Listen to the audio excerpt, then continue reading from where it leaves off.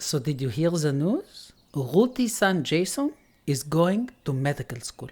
So successful. Good for Jason. You know, Hanan, your father and I wanted you to become a doctor. Are we starting with that again? What did I say? I thought you weren't talking to Ruthie anymore. I know. I thought we were never going to speak again after our last fight. So why the sudden truce? She invited me to her housewarming party for her brand new summer house. And you went? Of course. Everyone was there. It's in Westchester. It's beautiful. She used an interior designer. He's very expensive, but he's worth every penny. I asked for his card. What's wrong with our house?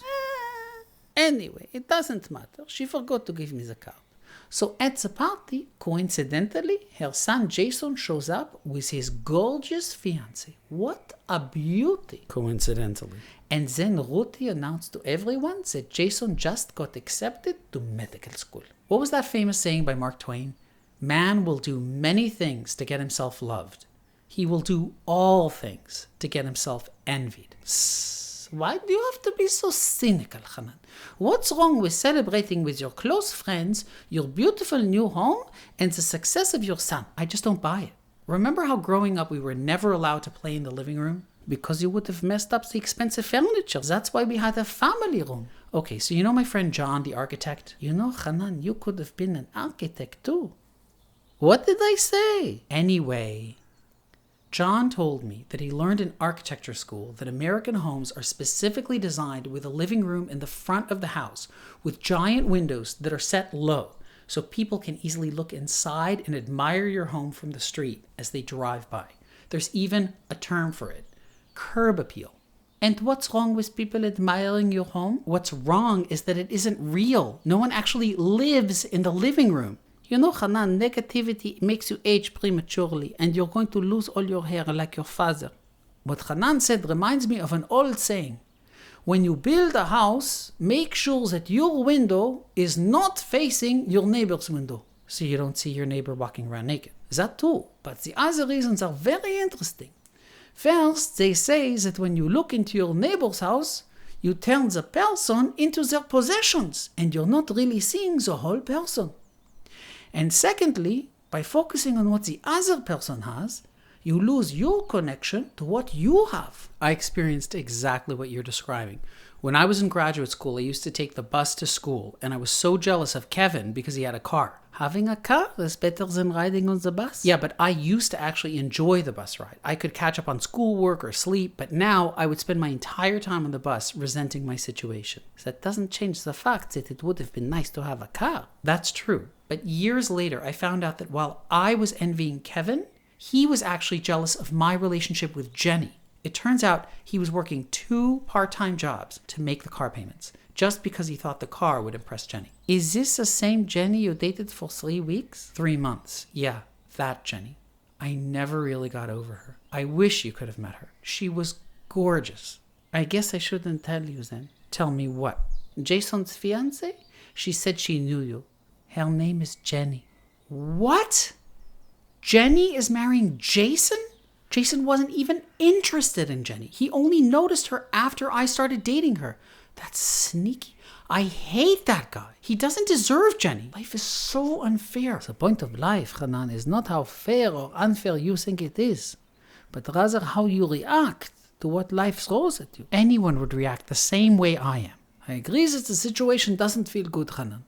But if you continue to focus on Jason, your envy will consume you. It's not like I have a choice. You always have a choice. Again, that's the point. Use this as an opportunity to harness the disappointment, to turn it into something positive. To be honest, Micha, I agree with Hanan. Opportunity, schmopportunity. Thank you, Mommy. Besides, if I don't get what I wanted, what's the point of harnessing anything anyway? Maybe the result is not as important as the struggle, the journey itself. I'm sorry, Daddy, but I think you're being a little naive. We live in a world where results matter. Achievements, being the best. That's true. But in that world, what happens once you achieve the result? What happens in those romantic movies once a couple goes walking off into the sunset, hand in hand, happily ever after? Well, those movies are just fantasy. But they feel good and create a lot of envy. We attach so much importance to results, achievements, measurable things.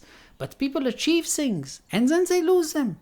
Besides, you never know what it's really like for the person who has what you want. Give me what they have and I'll take my chances. Really? Think about Kevin who had the car.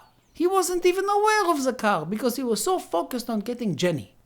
Instead of looking outside to the next accomplishment, you could be looking inside of yourself. Well, that's just disappointing. But at least it's yours. Maybe if you focus on it and struggle with it, the disappointment will turn into a new source, a well. Maybe you'll find out what you're really after, instead of chasing another person's dream that you adopted. And maybe Hanan simply wants what Jason has because he feels he deserves it too. What are these things we so desperately want? Think about it. Is this really about Jason? Or even Jenny? If you were with Jenny, would all your problems really be solved? Probably not. But I'd be happier. How do you know?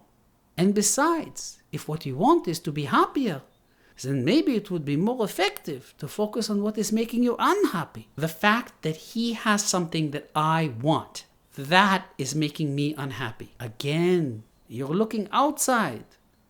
Envy can be a quick solution, Hanan. You focus on the other person so you don't have to focus on yourself. But the same envy can also be a key to discovering something more meaningful that is unresolved within you. And what would that be? How should I know? It's your key. But you have to choose to look inside instead of outside at Jason or Jenny. Follow your envy to figure out where the real hole is. What is the source? Where is the beginning of the story? Stop looking in other people's windows. Or maybe it's easier just to go to medical school. There's a story about a man that is standing outside on the street at night under a street lamp looking for his keys. A friend walks by and asks, "Where did you lose your keys?" And the man answers, "In my house." So the friend asks, "Why don't you look in your house?" And the man answers, "It's dark in there." I don't see why looking at another person's accomplishments has to be all bad. Envying Ruti motivated me to learn a new language. Envy motivated me to get off the couch and go to the gym to lose weight. By the way, this week I lost 2 pounds at the Weight Watcher. Your mother has a point, Hanan. Envy can also be a source of motivation. But there's a distinction in what you're saying, Mommy. You're starting out with envy, but immediately turning back to yourself and your own work and your own potential. You're not saying, I want her house. You're saying, look at how she maximized her potential. I can also maximize my own potential. That's exactly what I've been trying to tell both of you this entire time. And speaking about using other people as an inspiration to reach your potential, I just want to let you know, Hanan, that Ruti's son Jason comes to visit his mother every week. That reminds me of a good joke. One mother says, "My son is an accountant and he visits me once a week." So the next mother says, "My son is a doctor and he visits me twice a week." So the third mother says, "That's nothing. My son goes 4 times a week to see a psychiatrist. And do you know who he talks about? Me."